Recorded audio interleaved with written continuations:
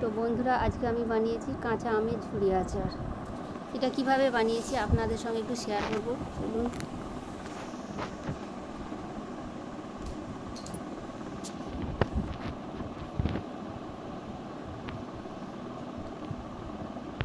আমি ঝুড়ি আচার বানানোর জন্য আমি 2 কিলো আম নিয়েছি আজকে। আমগুলো আমার ছিলা হয়ে গেছিলো আগে থেকেই। আমি একটা গ্রেটারের সাহায্যে গ্রেট করে নিচ্ছি। সমস্ত আম আমার গ্রেট করা হয়ে গেছে। এবার এগুলোকে আমি একটা বড় জায়গায় নিয়ে ধুয়ে নেব। আমি একটা কড়াইতে নিয়ে নিলাম, আর এবার ঠান্ডা পানি দিয়ে আমি আমগুলোকে ধুয়ে নেব। 2-3 বার করে ধুতে হবে পরিষ্কার পানিতে, তাহলে গ্রেট করা আমগুলো ঝরঝরে হবে। এবার ধোয়া হয়ে গেছে। আমি এবার পানি থেকে আমি টিপে টিপে পানি ঝরিয়ে আমি তুলে নিচ্ছি একটা ফুটো জালি থালাতে। এই দেখুন, সমস্ত আমগুলোকে আমি এইভাবে পানি থেকে টিপে টিপে তুলে নিলাম। এবার আমি গ্যাস জ্বালিয়ে একটা কড়াই চাপিয়ে দিলাম। এবার আমি একটা ভাজা মশলা তৈরি করব।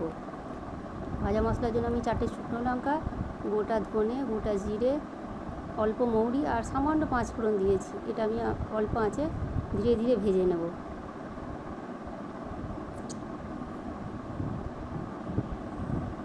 আগুনটা বেশি বাড়ালে চলবে না, কারণ মশলাটা পুড়ে যাবে। এটা অল্প আঁচেই ভাজতে হবে। আমার এগুলো প্রায় ভাজা হয়ে গেছে। এই মশলাটা ভাজতে বেশিক্ষণ সময় লাগে না। এবার আমি একটা মিক্সিং বোলে নিয়ে নিচ্ছি। এই মশলাগুলো আমি একটু মিক্স করে নেব, হালকা গুঁড়ো করব। এবার আমি সমস্ত গ্রেট করা আমগুলো কড়াইয়ের মধ্যে দিয়ে দিচ্ছি।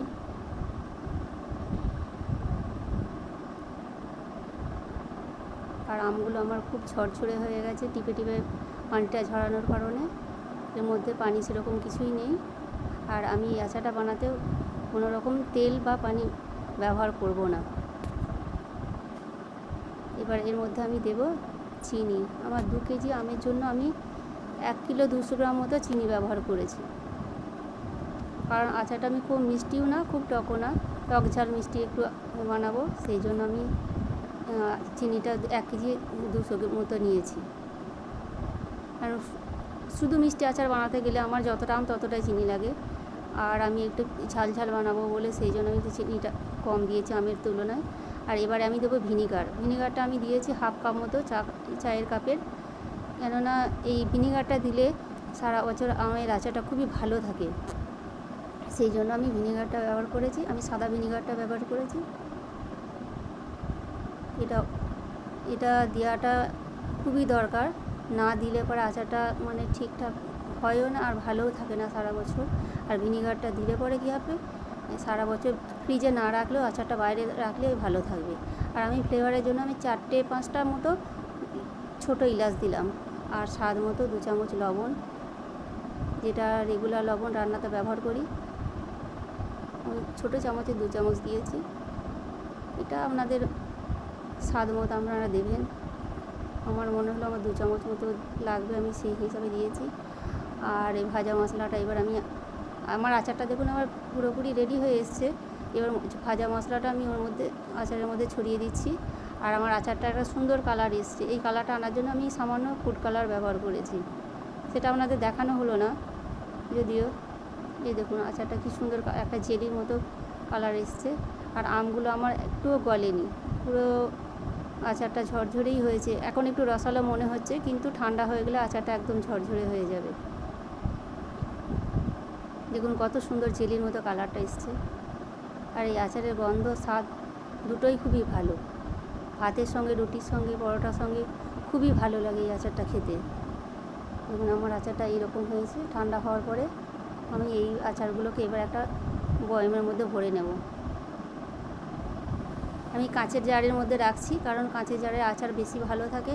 প্লাস্টিকের জারে রাখলে কেমন একটা বিচ্ছিরি গন্ধ হয়ে যায়, সেই জন্য কাঁচের জারে সবসময় আচার কাঁচের জারেতেই রাখতে হয়। আমি আচারগুলো আমি কাঁচের বয়ামের মধ্যে ভরে নিচ্ছি।